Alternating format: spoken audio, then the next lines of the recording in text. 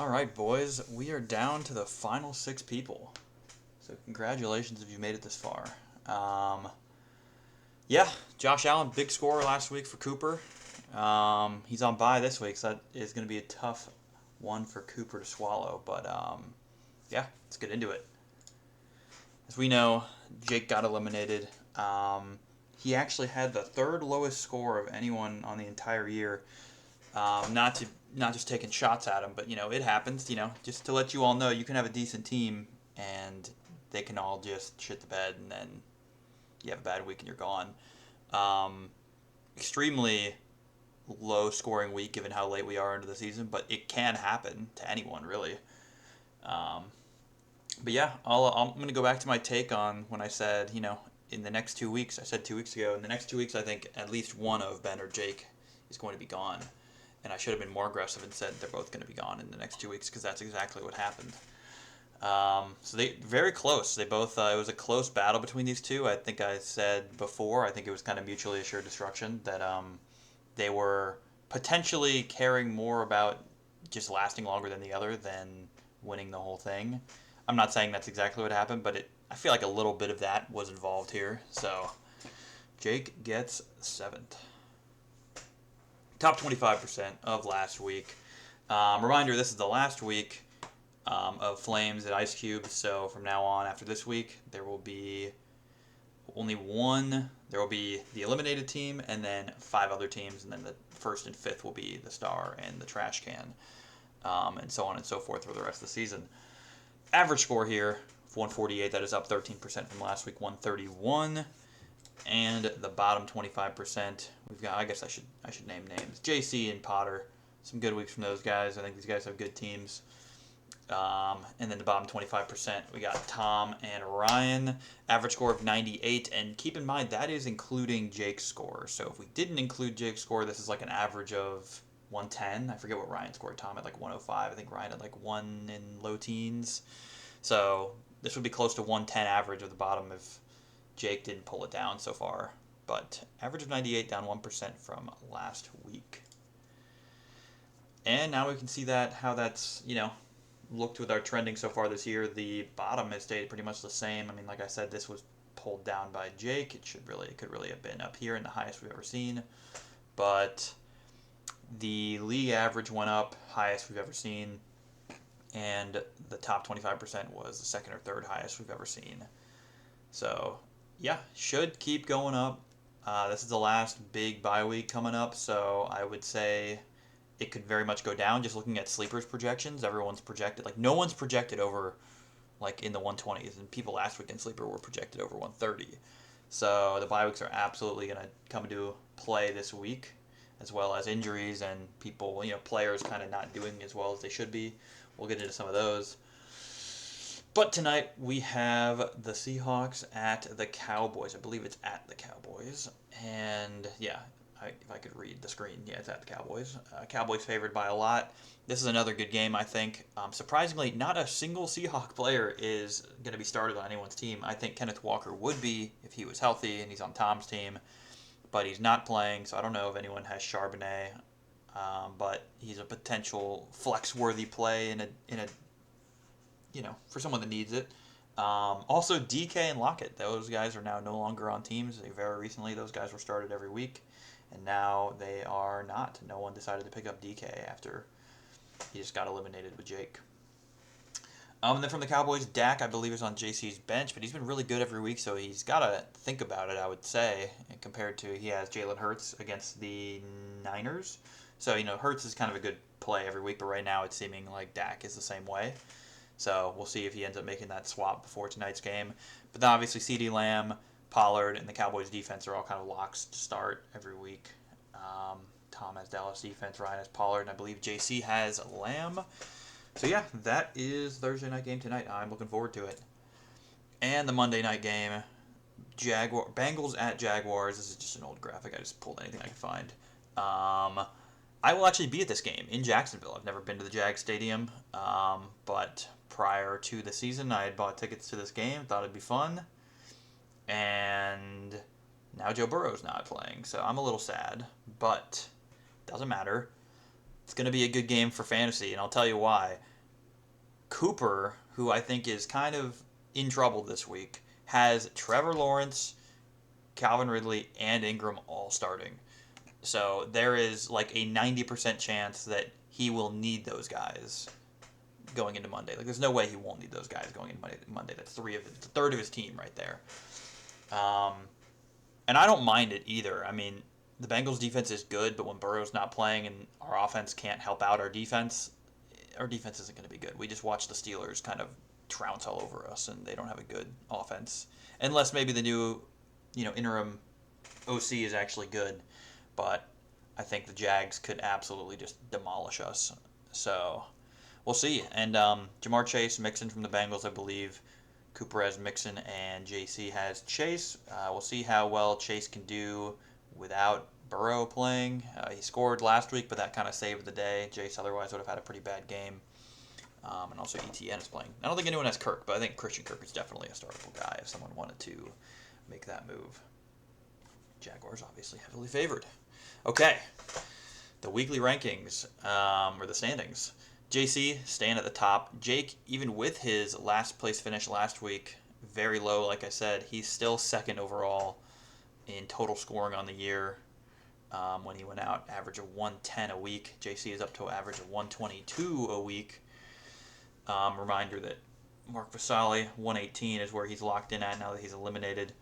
Yeah, I would say with that bad week, I will note that Ben did end the season with a higher average points per week. Jake was above this 112. I think he was 114 before it got pulled down by the performance last week. So Ben does take the win on the points per week category, if Ben wants to use that as, an argument piece. But basically, Jack, Potter, Ryan, Cooper all moved up one because of Ben going down. Tom did only pass Joey, who's been eliminated for 3 weeks now, and is still below Ben, who's been eliminated for 2 weeks now. So Tom is just like riding the line. We already know what's going on with him. He's miraculously still alive. Finds a way every week to be like the second worst team and not the worst. So there he is, still alive, still kicking. The economy, 133 left. I find it funny how much it slowed down. I mean, it makes sense that everyone kind of pumped the brakes on spending when they realized how little there was left to go around. So only like 20 is getting spent a week, maybe. So now, average market share between the 6 people is 16.7%, and in this case, that is $22. We've got 4 of the 6 above that line because Cooper has 0, and Ryan's pretty far below that line, so it's kind of skewed up, essentially. But Tom's still at the top. He spent 20 in a trade. That's kind of what he did earlier this year when he spent 30 in a trade to get like Kenneth Walker and some other guys. This trade involved also getting rid of Jonathan Taylor, who is hurt right now. I liked Jonathan Taylor, I think, for the rest of the year because the Colts, I think, might be pushing for a playoff spot, and they'll have to keep performing well. So I like JT, even though he's hurt this week, but Tom now gets to replace him with a couple other guys he has in the starting lineup. We'll get into that trade later. Jack got the $20 and the JT from Tom and offloaded some guys that, in my opinion, he wasn't going to start anyway. So really good trade from Jack. And he spent a little bit this week. So he's now almost owning the market. And the fact that Tom doesn't really spend in free agency, Jack does kind of own the market. Only 9 more Fab, though, than JC and Potter, who are both in great spots with Fab and their teams. Ryan also has a good team and a little bit of Fab. And Cooper's team is a little more shaky this week, especially with all the buys. We'll get into those on his slide. But he also has no Fab, so that's a tough look. Now the market share over the weeks. We had Jake get eliminated with 10 Fab last week. This week, as we know, there's 4 people above the line. I think it's funny. I think it's either going to be Tom or Cooper. The top and the bottom here of the Fab bar chart. So yeah, we will see. We see Jack like skyrocket back up to the top. I mean, not back up to the top. Honestly, he's never been there. Like, even early in the season, Jack was a spender. And now he's slowly, starting about right here is when he starts building it back. You can see him climbing back up. He's been doing these trades to get Fab back for his guys and then not spending much, but still improving his team. So I think it's very impressive. I think what he's done. He did exactly what I would love to do in theory if I were still alive and went that route of spending early and then slowly gaining it back. Like, it's a great execution of that. All right, this is what this is. We can see where everyone got eliminated with their fab and where everyone sits now with their fab. Oh wait, this might not have been updated with week 13, so I apologize about that. But Tom is obviously going to dip down. Jake is dead. Cooper's still at 0. Ryan stayed basically where he was. Jack goes up. So here's Jack's line for the season. The light green here just spends a crap ton really early, and then slowly builds it back up, and now he's at 34, so he'd be like right around here. And JC spent a little bit finally, first time he spent in 5 weeks. Potter stayed the same. That's about it here. So sorry I forgot to add it with the week 13 data point here, but yeah, that is that. I'm deciding to not do the whole defense tight end thing. It's just, not worth my time, I don't think. And you guys let me know if you guys really care to see that, but I needed to save some time this week and get this out, so I passed on it. Just bye weeks this week: Ravens, Bills, Vikings, Raiders, Giants, Bears. That's a lot of teams, especially a lot of good starters on Ravens, Bills, Vikings. And then you got Barkley, Josh Jacobs, Devontae Adams. There's definitely guys. Justin Fields, DJ Moore. Honestly, a lot of guys on all these teams. We might see Justin Jefferson come back after the bye, but I know he won't rush back. And then next week is our last week with byes, and that's just the Cardinals and the Commanders. Shouldn't be too significant there, honestly. Might have 0 starters and 0 starters. No joke. Might not even affect any starting lineup here. But now the Grim Reapers. We finally have a guy standing alone, and that is DK Metcalf. And none of you guys elected to pick him up. And, I think I don't know. He's had so many bad weeks this year that have caused people to get eliminated that have him, that he's scary. It's scary to start him, but you also know he has some good upside too. They are playing the Cowboys, so you can look at that, and the Cowboys' defense is really good and might lock him up, or you can look at it as they're going to be behind and they're going to need to keep throwing. So I would respect the hell out of it if someone picked him up and started him. I'm not saying anyone should, but it'd be funny. It'd be fun if someone did. So if you want to be a guy to do something fun, go ahead. Start DK Metcalf. Could be fun. A lot of guys at 3. Brian Robinson, no one's rostered. Lamar, Ryan picked him up. Niners D, no one has him. CeeDee Lamb, JC has him.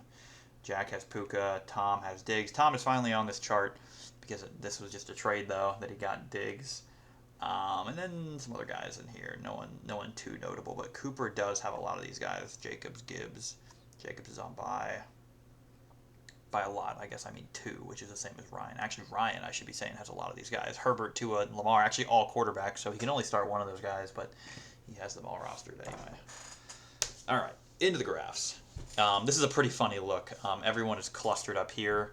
Those 4 guys, Jack, Potter, JC, Ryan, and then Cooper is in the red, but not nearly in as bad of a spot as Tom, and this is for the week 4 rating compared to the rest of season. So Tom isn't good in either. Cooper is a little better than Tom in both this week and future, and then everyone else here is pretty much good both. That's about it. One thing I guess I'll note is JC, now that we only have 6 data points, I mean, I know they're all in the green, so they're all fine, but JC is looking a little better for this week, but not really as good for the rest of season compared to how good he looks this week. He's definitely slipping down these charts a little bit. There's only 6 teams left, so it's, I want to say it's still a lot of his team is who he drafted. So it's impressive that he's done that, but his team is slipping a little bit on these charts. And now pretty much the same thing for just this week, Fantasy Pros versus Sleeper. Tom is in a terrible spot. Cooper's in a not good spot either. And then Jack, Potter, JC, Ryan all up here. They're all good. This would imply that it's very unlikely that anyone but one of these 2 gets eliminated, right? But anything can happen. None of you should feel safe necessarily because it can still happen, but I think it's safe to say one of these 2 is going this week. And now we finally have much different spread here of where everyone is on the position strength versus budget.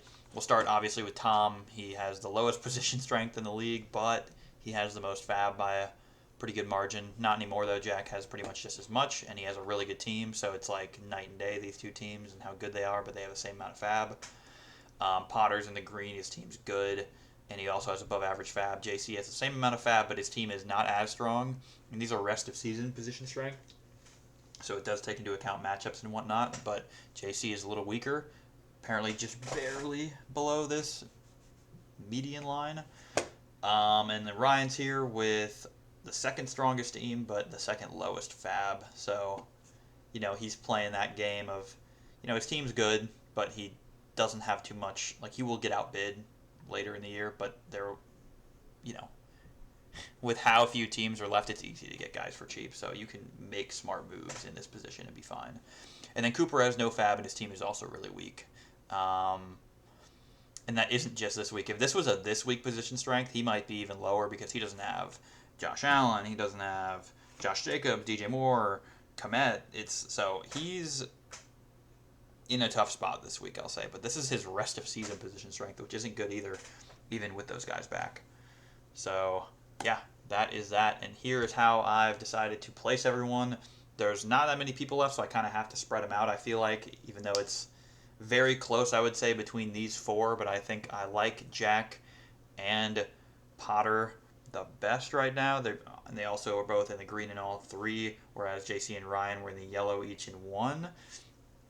I think these teams are fine now. Like I said, I think Cooper or Tom goes this week, but I think these two have a better chance to have a long-term run for the championship this year than these two, just by a little margin. So that's why I'm going with that. Tom, I refuse to take him out of this until he doesn't have fab. He has the fab that could get him far in this league. I said last week, if he survives, which he did, he better freaking spend that money because he cannot keep getting away with this. And he didn't. He did spend money, but in a trade that didn't really get him that good of players, in my opinion. He also got Diggs on bye, so only two of the three players he got in the trade he can actually start this week, and I don't think they're studs. And he traded away a stud in JT, but Diggs is kind of a stud too, arguably. So it is what it is. And then Cooper, I've mentioned. Well, he's in the red in all of them because he doesn't have the fab. Tom has the fab that puts him in one yellow. Cooper's just terrible spot for buys this week. It's really unfortunate that happened. And he's also heavy on the Jags, so it's like if the Jags have a crazy good game and everyone gets touchdowns and everything goes well, then Cooper could be fine. But I think he'll be going into Monday in a very uncertain situation unless Tom's team is really bad on Sunday, because I don't think Tom has any Monday night players. All right, yeah, and Cooper has no fab. That's the other reason. He is not looking great for the future either. All right. Going into each team, what are we at right now? 18 minutes. I'm trying to hit the world record, or my personal record for timing this week.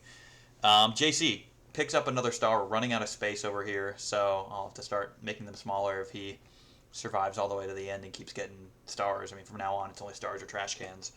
Jalen Hurts doing what he does, having a great week. Bijan, I was talking about how Bijan, I didn't love that he went and got him and got rid of ETN, but Bijan had a great week last week, and maybe the Falcons are going to figure out how to keep using him like that. So we will see. I have Bijan in another league, so I'm absolutely rooting for him. I wasn't trying to, shit on the trade. I do want Bijan to do good. I just think Arthur Smith is an idiot, as I've said multiple times. Devonta Smith, the other guy he got in the trade that I was not a fan of, one of his top three scorers here. So great week from JC. The guys he traded for absolutely panned out.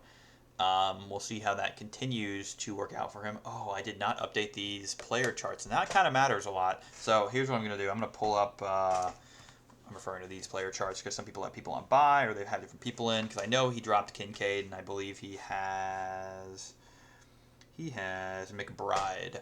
So, yeah, I mean, what I'll say about the charts, because I'm not going to go put them in now, just take too much time, and I don't want to stop recording. Everyone is either 1 through 6, which is all green unless you're 6. So everyone's bars is green, so it's kind of hard to distinguish anything. But JC's team is pretty much like around the average, if I remember, like a lot of 3s and 4s. Actually, maybe I'll just... Here's what I'll do. We're gonna make this work here. I have extra time because I've been going fast so far. Yeah, we're gonna pull over. We're gonna pull this over. I think you guys can see this, right? This is what I use. Now you get some behind the scenes on how I do this. Here's JC. Doesn't like the defense, but otherwise he's had a lot of 3s and 4s, if I remember. So 1, 3, 4, 3, 4, 4, 3, 4, and then really 6. Can't be worse than 6. I like these guys. I like Rashad White. I have Rashad White in my other Guillotine league. Mike Evans was a good pickup. Devonta Smith and Jamar. I mean, this isn't exactly how he has it, but it thinks these are his 2 best receivers, and these guys are more flex-worthy plays. I think Jamar is definitely trending down with the quarterback change, but Hurts is great. So, and this is, I should say, actually, I need to do week 13. Give me 1 second. Yeah, okay, so a little better this week is what he's looking. So some more 2s in here. So yeah, this is the look at JC's team. Let me go back. I should have finished all the other points on his slide first, but I didn't. Okay. He gets Evans Mostert for $8 and gets McBride and the Bucks D for free. Those are some good moves. Got nothing wrong with that. This is the first time he spent in 4 weeks. So, let me go back. First time he spent in 5 weeks, I should say. And I think who he got is definitely some marginal upgrades. He's going to start Evans, start McBride over Kincaid, and start the Bucks D this week. Mostert is a nice guy to have. I think he's not starting him this week, but he could. Very well could. And he has Barkley on bye, so that is JC's team, 25 fab. Potter's team. Kyron Williams coming in hot, coming off the injury. So Potter has a nice bounce back week after 2 trash cans, gets a flame. But now I think he's in a slightly tough spot this week. Not as bad as Tom or Cooper, but of the 4 teams I think that are the best, I think he might be in the toughest spot, which isn't saying much. I think he's still very much safe. Cooper Kupp hasn't been getting it done, and they play the Browns this week, the number 1 team against the pass or against wide receivers. So we'll see if he ends up starting Kupp. He has some other tough-ish matchups. Just seeing some reds across his matchups on his starting roster. Not across all of them, but some of them are some tough matchups. Kamara against Detroit. Apparently Green Bay is good against quarterbacks, so Mahomes has that matchup. Kyron also against the Browns. They're kind of good everywhere on defense. So doubling up on the Rams offense when they've been kind of struggling and they're playing one of the best defenses in the league could be tough. Could be some potential duds. But he picks up Henry for free, who he's starting. Steelers D also he's starting. And Najee, I believe he just has on his bench. But that is who he has. And let me get this guy for Potter's team. Yeah. Yeah, pretty much. Tyreek's great, killing it. It thinks he should have Najee in over Kupp. And that's the only difference it has for him. But, pretty good team. I mean, everyone's going to be green, so it's kind of hard to distinguish much. 1, 2, a lot of 1, 2s and 3s, 1, 4. So I think still generally he's in a good spot this week. Still 25 fab. All right, now Jack's team. Pacheco with the big week last week. Dolphins D also Kyler. He now moved on from Kyler and is going with Purdy this week, interestingly enough. But got a lot of guys on waivers for only $5. Swift, Zach Moss, who should be great this week if he starts him. I'm projecting Zach Moss to go 20 plus. Aaron Jones, who's just a bench stash, and Puka also a bench stash. And then he does the trade with Tom to get JT and $20, and all he has to do is give away Diggs, Javonte Williams, and Garrett Wilson. So I think Javonte Williams and Garrett Wilson are 1 week away from not being startable, if not already not being startable. Like, I think Garrett Wilson's too much of a risk. Diggs is on bye, and he also has been slumping a little bit. So while he is a potential stud, I think it's okay to get rid of him to get JT. So, and I think Jack's in a fine spot this week without any of those guys, and he'll get JT next week, which puts him in a really good spot, I think, for the future. So Jack with a good move. Supposedly, no one's gotten Tom to trade much except for Jack, so that can be because apparently he's has his number and it kind of bothers him all the time. Tom doesn't seem to care too much, so the way Ryan put it is he might have just irritated Tom enough until Tom accepted it just to get him to stop talking to him. But still a good trade. And it doesn't really hurt Tom in any way because he wasn't going to spend the fab anyway. He just loses JT. So, yeah. Good moves from Jack. He's definitely making a push for the top. Oh, yeah, let me hit up his this guy. So, Purdy is considered the worst of the 6 starters this week, but whatever. Purdy gets it done. I mean, if Ben, if you're listening to this, I know you had you were high on Purdy and I didn't love it, and now I'm kind of saying like, oh, whatever, it's okay. I still think he is the worst quarterback anyone starting this week, but the rest of his team is so good, it's not going to matter. Purdy is a good floor play, and Ben, I know you said that too. Purdy is a good floor play. I will agree with that. Zach Moss will be great. Brees, I don't know if he's actually starting Brees. I think right now he has Pacheco in and not. No, Pacheco is in this lineup. ETN, Pacheco, Zach Moss. Oh, DeAndre Swift. He has DeAndre Swift in over Brees, which that could be a decision for him to make. I think both those guys have their upsides and their downsides. But, yeah, that is Jack's team. Go back to Cooper. Josh Allen, 41 points, your high scorer of the week. Then he goes out and picks up 2 Jaguars players, Ingram and Trevor Lawrence, starting them both. Cortland Sutton and the Colts defense. I believe he's starting the Colts defense. I don't know about Sutton. Let me check. He is not. He is starting Sutton. Okay, so all these guys he's starting. So he's doing work with a 0 fab, and he had to do this because he has four guys on bye, and they're all on his bench: Josh Allen, Jacobs, DJ Moore, and Kmet. So Ingram to replace Kmet, Trevor Lawrence to replace Josh Allen, Sutton to replace DJ Moore, and the Colts defense is just an upgrade from whoever he had. So I think he's doing good with the 0 fab, but I think he is absolutely in a tough spot this week. Let's hit up his chart. We've got Trevor Lawrence as the second worst quarterback, and then he has the second worst RB1, RB2, the second worst in everything except for wide receiver 1, where Keenan Allen's really good, so that should continue to be good for him. Apparently, does not like the Colts defense against Tennessee. I like it, so don't listen to that. So yeah. Oh, on top of the fact that he has 3 Jaguars players on Monday, I forgot he also has Mixon on Monday. So 4 of his 9 guys are playing on Monday. So he'll only have a handful of guys to root for on Sunday, and he'll need those guys to do really well. But yeah, he'll be in it going into Monday. That'll be exciting to watch. I'm looking forward to being there for that game. All right, let's get back to this. Down to the bottom 25%, but it's the last Ice Cube of the week, so this meme will go away as well.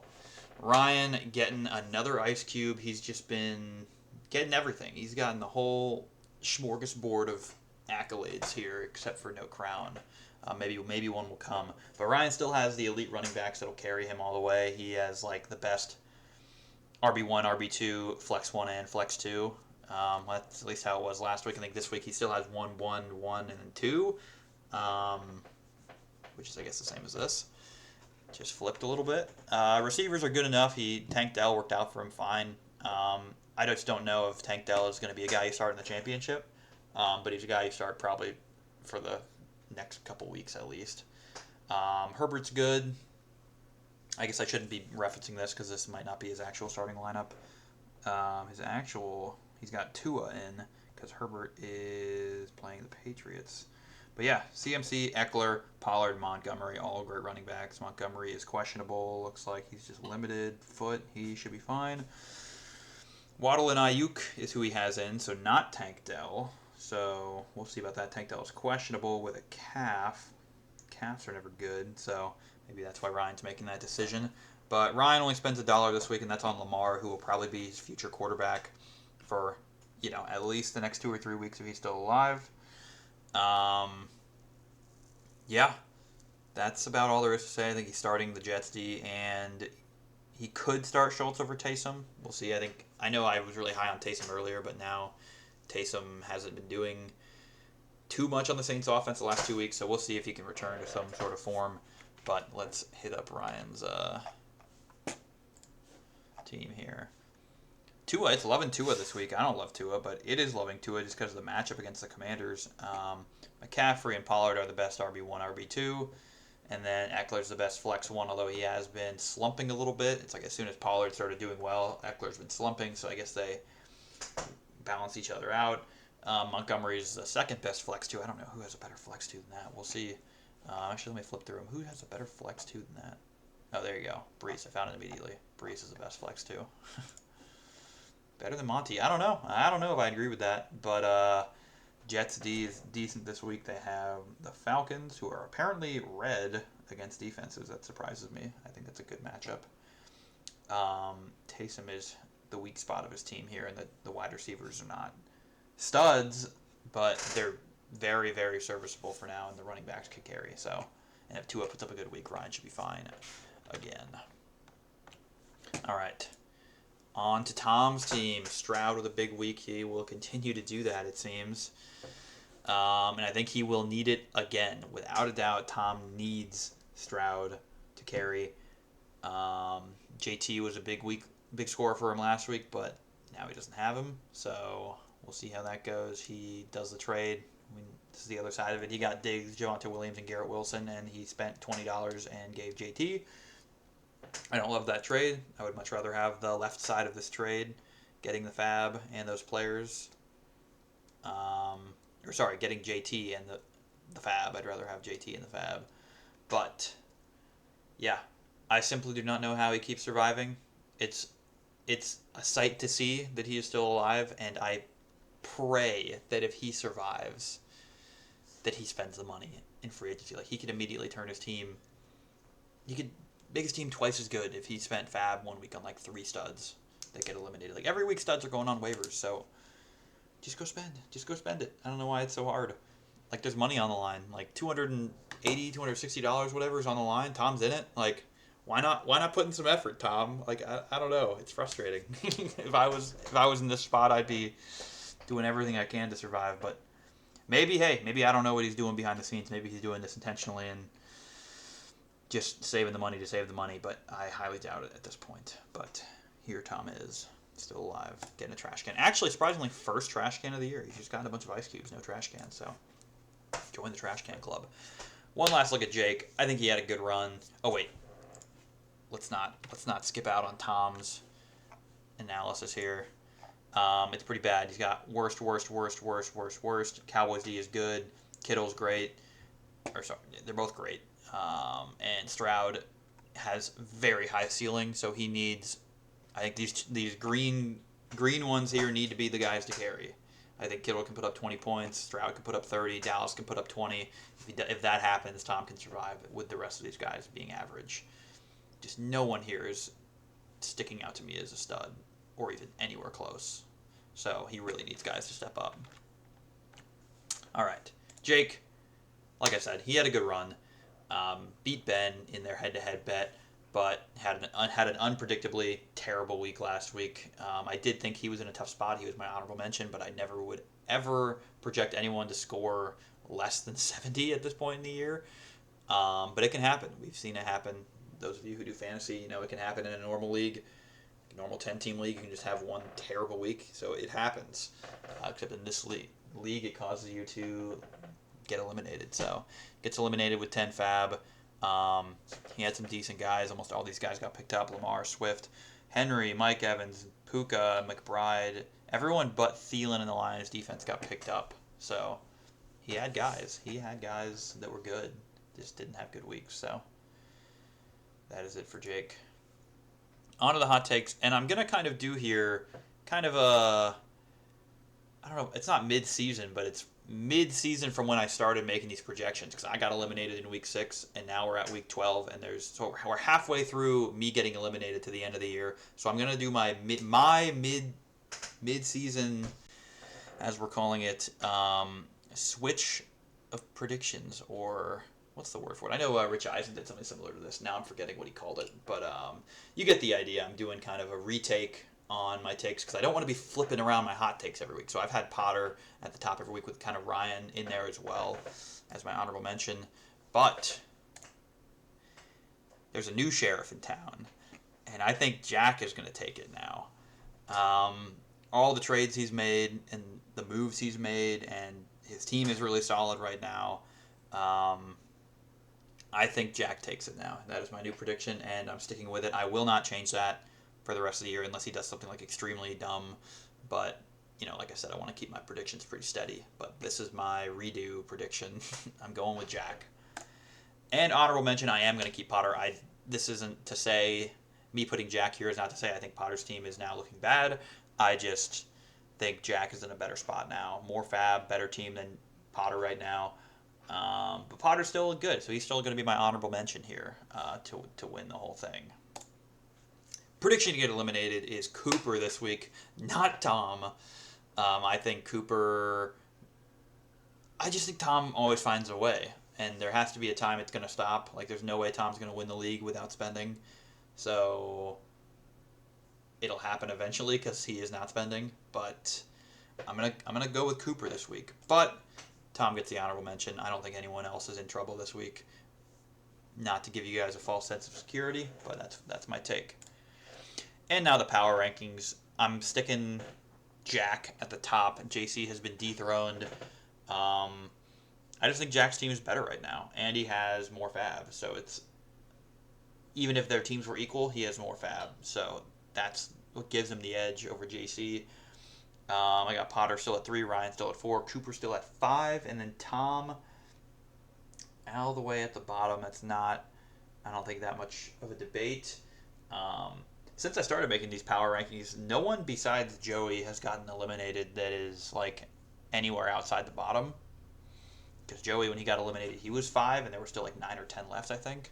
So no one else has gotten eliminated that's higher in these rankings. So I think I've done a pretty good job ranking people. And I think Tom or Cooper has to go this week. With, anyone else could get eliminated. I don't want to give anyone a false sense of security. But, yeah, that is my power rankings. That is the week 13 video. Yeah, good luck, everyone. We're getting close to the end. $280 on the line. Jack is the only one that does not have the money on the line. I think we've confirmed it. If Jack wins, second place gets the money. So I think most of you would root for Jack to survive, because then if you happen to lose to him in the championship, you still win. Like, if you get to the championship with Jack, you've guaranteed yourself. You've already won the pot. So I think most people alive are rooting for Jack. So yeah, that is it. Best of luck, everyone, and I will see you guys next week.